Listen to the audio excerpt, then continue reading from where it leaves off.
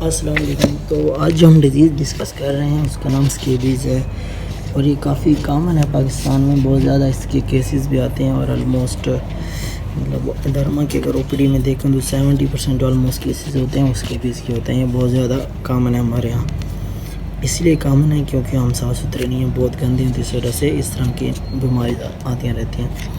Scabies actually एक parasite है जो कि स्केबीज़ करता है और उसका नाम है सरकोप्टेस स्केबी। जो इस एजेंट जो हम स्केबीज़ काज करता है उसका नाम सरकोप्टेस स्केबी है।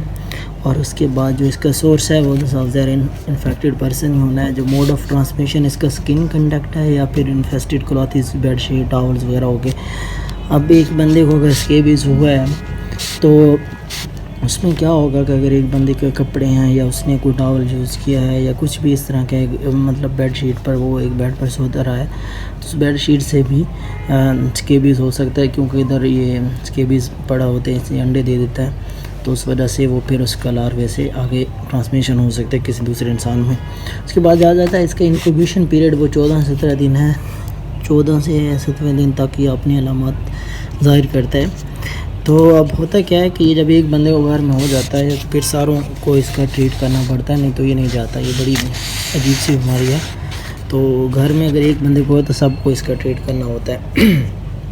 अब जो इसका मेन है कि पैथोजेनेसिस किस तरह होती है, वह स्किन कंडक्ट। ये जो अडल्ट पैरासाइट होता है ये इंटर होता है स्किन में, उधर ये आके बरोज बना देता है डीप सीटेड पार्ट्स में। अब डीप सीटेड पार्ट्स जो हमारे पास हैं वो एक्जीला हो गया, ग्रोइंस हो गया, फिंगर्स, ब्रेस्ट, बटक, तो ये डिफरेंट हैं मतलब पार्ट्स वहाँ पे। ये ऑलमोस्ट ये वैसे कॉलर से नीचे, कॉलर लाइन जो हमारी होती है कॉलर बोन से नीचे नीचे, नेक से नीचे नीचे, ये पूरे जिस्म पे कहीं भी हो सकता है। तो जेनिटलिया पे भी हो सकता है, मतलब किसी जगह को भी इफ़ेक्ट कर सकता है।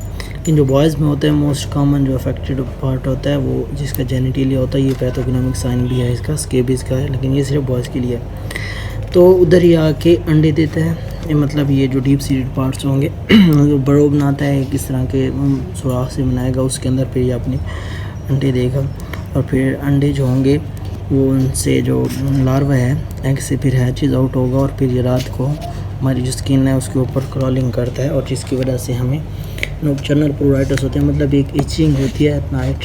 और स्पेशली रात के दौरान ये होता है कि ये दिन को ये कुछ नहीं कहते, लेकिन रात के दौरान ये क्रॉल करते हैं और हमें फिर खारिश सी होती है, बड़ी अजीब सी एक इचिंग सी होती है जिस्म के ऊपर, हत्ता कि स्क्रैचिंग तक भी लोग कर रहे होते हैं। और उसकी वजह से फिर स्किन इन्फेक्शन भी हो सकते हैं, बैक्टीरियल इन्फेक्शन। अगर आप फोर्सफुली स्क्रैचिंग कर रहे हैं स्किन पे तो उसकी वजह से जो बैक्टीरियल इन्फेक्शन हो सकते हैं, सेकेंडरी बैक्टीरियल इन्फेक्शन हो सकते हैं, वो भी हो सकते हैं, जिसमें पेटिगो जो है वो हो सकता है। लेकिन अगर आप एक तबाही की स्क्रैचिंग कर रहे हैं उससे क्या होगा कि आपकी स्किन टूट जाएगी और उसकी वजह से बैक्टीरियल इन्फेक्शन हो जाएगा। और ये पेटिगो जो है सुपरफिशियल इन्फेक्शन है स्किन का, और ये होता है स्टेफिलोकोकाई और स्ट्रेप्टोकाई, उसकी वजह से होता है।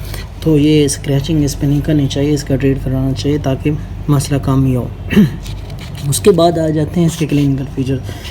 क्लिनिकल प्रेजेंटेशन कुछ ऐसी होती है कि नॉक्टर्नल इचिंग होती है, मतलब रात को, नॉक्टर्नल का मतलब नाइट होता है, तो इचिंग एट नाइट, ठीक है। और साथ में स्क्रैचिंग भी हो रही होती है क्योंकि इचिंग के दौरान जो पेशेंट होता है वो स्क्रैच कर रहा होता है अपनी स्किन को।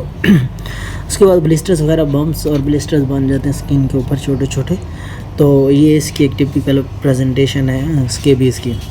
उसके बाद जो बरोज होते हैं वो कहाँ कहाँ पे बन सकते हैं, फिंगर्स में बन सकते हैं, बिटवीन फिंगर्स, एक्जीला में हो सकते हैं, ब्रेस्ट में, जेनिटलिया में, बटक्स में।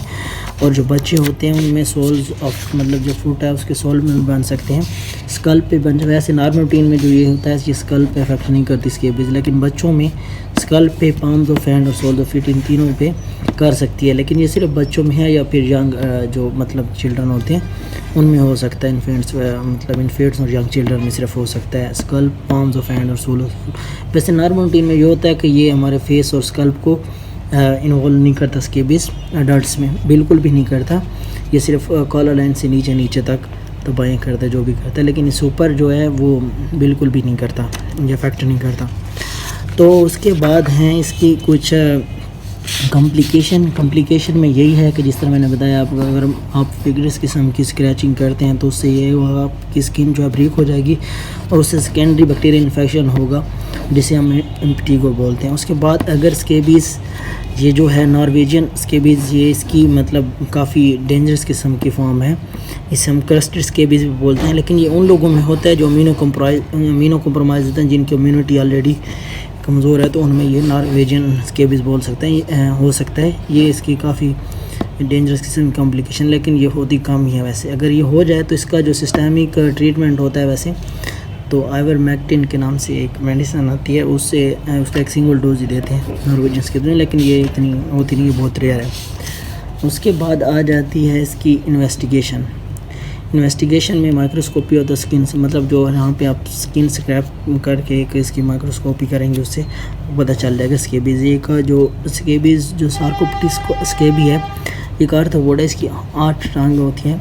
तो ये एक मतलब काफ़ी बड़ा सारा ऑर्गेनिज़म है, वैसे हमें नज़र नहीं आता क्योंकि माइक्रो ऑर्गेनिज़म है, तो वो उधर नज़र आ जाएगा हमें। उसके बाद आ जाता है मेन इसका ट्रीटमेंट, कि इसका ट्रीटमेंट क्या है, क्योंकि ये ऑलमोस्ट इसमें बहुत ज़्यादा लोग अफेक्टेड हैं पाकिस्तान में भी, और इस तरह के मैंने काफ़ी सारे केस देखे भी हैं। तो इसमें जो मेन इसका ट्रीटमेंट होता है मेलाथोनिन लोशन, और दूसरी आती है परमेथ्रिन लोशन के नाम। तो ये स्केबियन जो लोशन के नाम, उसके ब्रांड नेम जो है स्केबियन लोशन है, परमेथ्रिन जो लोशन है, ये काफ़ी इफेक्टिव है। से इनमें से तीनों कोई भी यूज़ कर सकते हैं। उसके बाद आ जाती है बेंजोइल बेंजोएट, ये इंसेक्ट रिपेलेंट है, ये भी यूज़ हम कर सकते हैं, लेकिन जो कॉमनली यूज़ होती है परमेथ्रिन लोशन जो होती है वो ज़्यादा यूज़ होती है, स्केबियन के नाम से जो आती है, जिसका ब्रांड नेम स्केबियन है, वो लगानी होती है कॉलर लाइन से नीचे। फिर हम इसके देखते हैं कि वो लगानी किस तरह लोशन। मेन इसका जो प्रिंसिपल ऑफ ट्रीटमेंट है ये ज़्यादा ज़रूरी है। अब जो है इसका प्रिंसिपल ऑफ ट्रीटमेंट ये बहुत ज़्यादा ज़रूरी है। अगर आप इस प्रिंसिपल को नहीं फॉलो करेंगे तो आप स्केबीज़ से छुटकारा नहीं पा सकेंगे, बहुत ज़्यादा ज़रूरी है स्केबीज़ के लिए। तो सबसे पहले तो ये करना है कि आपने सारे घर में जितने मेंबर्स हैं सबको ट्रीट करना है, चाहे उन्हें सिम्टम्स हैं या नहीं है। दूसरे नंबर पे सबके कपड़े आपने धोने हैं, लॉन्ड्री ऑल क्लॉथ्स। फिर 2 दिन का ये ट्रीटमेंट है। पहले दिन क्या करना है, आपने शावर लेना है, रो मेडिसिन अप्लाई करनी है, और ये कहाँ तक लगानी है, कॉलर लाइन से नीचे पूरे जिस्म पे लगानी है। दूसरे दिन आपने क्या करना है कि आपने स्केबियन लोशन लगाना है, जो मेडिसिन है, जो भी लोशन है आपके पास वो लगानी है, और उस दिन आपने नहाना नहीं है, विदाउट बाथ आपने मेडिसिन लगानी है। और तीसरे दिन क्या करना है कि आपने बात लेना है, तो इससे आप रिकवर हो जाएंगे। अगर आप इस प्रिंसिपल को फॉलो नहीं करेंगे तो स्केबियन से आपकी जो स्केबीज़ है इससे आपकी जान नहीं छूटी जाएगी, क्योंकि बड़ी अजीब सी बीमारी है। जब तक हम इन रूल्स को फॉलो नहीं करेंगे तो गर्म पानी में वैसे कपड़े धोने होते हैं ताकि वो जो इसके अंदर है स्केबीज़ का जो सार्कोप्टिस स्केबी है वो मर जाए और दोबारा वो इन्फेक्ट ना करें। हमें तो गर्म पानी में अक्सर लोग इसके ज़्यादा कपड़े धोते हैं वैसे। तो ये स्केबीज़ के बारे में छोटा सा रिव्यू।